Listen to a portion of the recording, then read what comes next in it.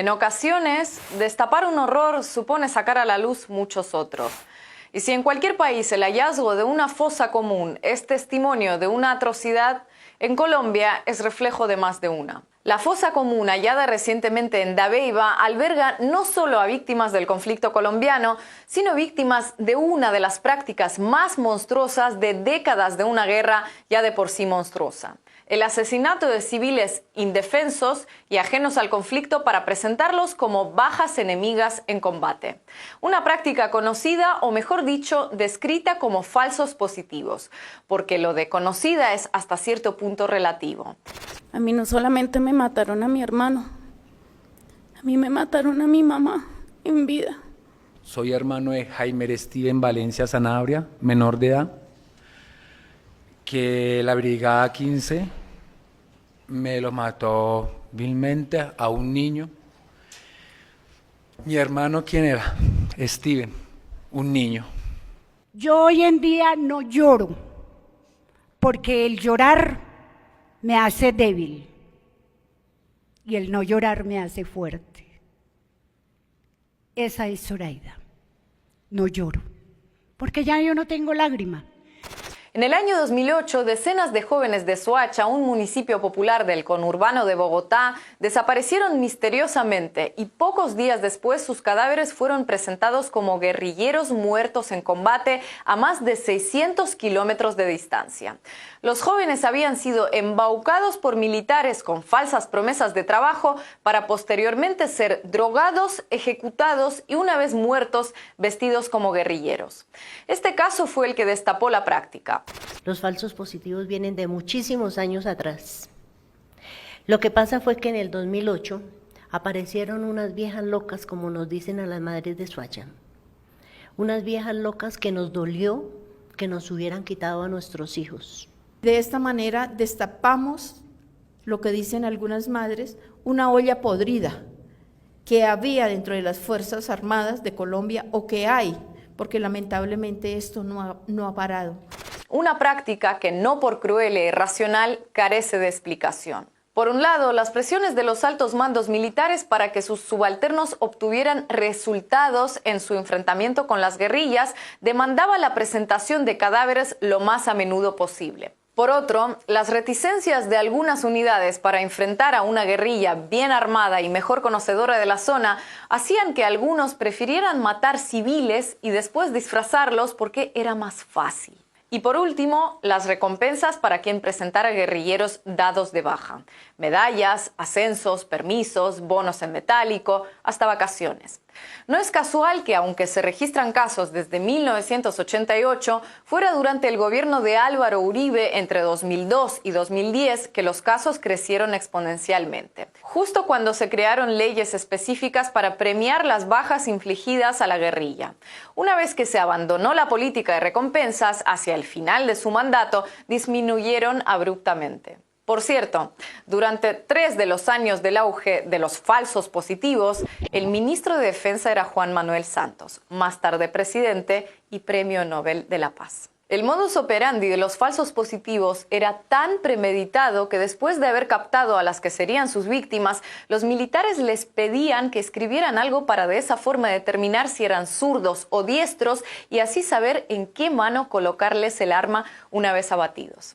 Siempre era la misma rutina, estábamos saliendo entre las 10 a media de la noche. Ajá. Y las ejecuciones siempre se hacían en la madrugada, entre las 4:30 y 5:30. Para que la hipótesis del enfrentamiento fuera más verosímil, al momento de ejecutarlos los llevaban al campo y les pedían que corrieran en una dirección y luego regresaran al punto de partida. Cuando se daban la vuelta para volver, los acribillaban para que las balas les dieran de frente. Dispararon a la vegetación como para que si pasaban revista a los investigadores de que sí había sido contacto, pero en realidad no hubo ningún contacto. Ese era el teatro. Según los testimonios de sus verdugos, los asesinados en ningún momento sospechaban nada y se prestaban a todo voluntariamente, creyendo que todo era parte de las pruebas a las que eran sometidos para su nuevo trabajo. Pero entre tanta meticulosidad de los organizadores, la falta de cuidado en otros detalles revela el nivel de impunidad con el que operaban. Botas recién compradas o puestas del revés en los cadáveres, agujeros de bala en las camisas pero no en las ropas de camuflaje que les calzaban encima una vez asesinados, entre otros descuidos. Los autores de los falsos positivos sabían que en el fondo nadie iba a revisar con cuidado esos detalles, tratándose de víctimas pobres o campesinas, porque algo fundamental y que no se suele mencionar es cómo el abandono social del Estado colombiano también propició los falsos positivos. Como imaginarán, las víctimas de esta práctica nunca eran ciudadanos de clase media o alta captados en universidades privadas, sino personas de pocos recursos económicos en entornos donde su desaparición sería considerada prácticamente algo normal por las instituciones. Una especie de limpieza social encubierta, estimulada y financiada por el Estado. Es una zozobra diaria y donde lamentablemente tenemos que decir que ningún servidor público nos quiso recibir las denuncias.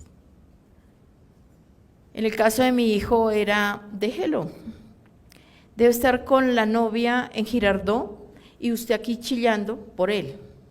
Sí es difícil imaginar qué tiene que pasar por la mente de alguien para matar a civiles indefensos, sabiendo perfectamente que son civiles indefensos, solo para cobrar una recompensa o tener unos días extra de vacaciones. Es casi imposible concebir cómo algo así llegó a convertirse en una práctica habitual.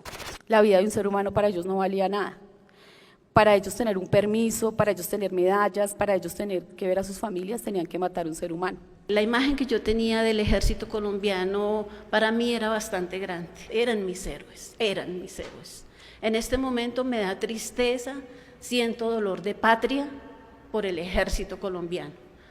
Los falsos positivos, según diversas fuentes, se cobraron la vida de entre al menos 2.000 personas y hasta 10.000. Números comparables a los de toda la dictadura de Pinochet. Números que no dan de ninguna manera para hablar de casos aislados o manzanas podridas en el ejército, sino de una práctica sistemática imposible de explicar sin la complicidad o vista gorda de altas autoridades.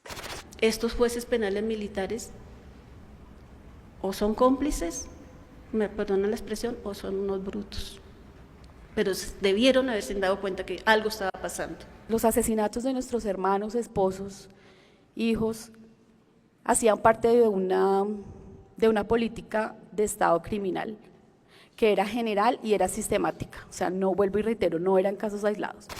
Por eso, para muchos, la revelación y estudio de este tipo de crímenes son el verdadero motivo de la oposición de varios sectores a la firma de la paz de 2016, porque una de las partes del acuerdo incluye la conformación de una jurisdicción especial para la paz que se encarga de investigar los crímenes más atroces de todos los actores armados, guerrilla, paramilitares, pero también ejército. La fosa de Dabeiba, la que volvió a traer los falsos positivos a los titulares, no se descubrió de casualidad. Fue el testimonio de un militar investigado lo que lo hizo posible. Y cada testimonio, cada investigación es como una nueva fosa que se abre, porque los brutales crímenes de la guerrilla, que también aborda la Jurisdicción Especial para la Paz, han sido aireados mediáticamente y judicialmente durante años, pero no así los de los otros protagonistas del conflicto, ni en la misma cantidad, ni en la misma profundidad, a pesar de que los triplicaban en número. Saldrán a la luz nuevos casos de falsos positivos, con nombres y apellidos, y víctimas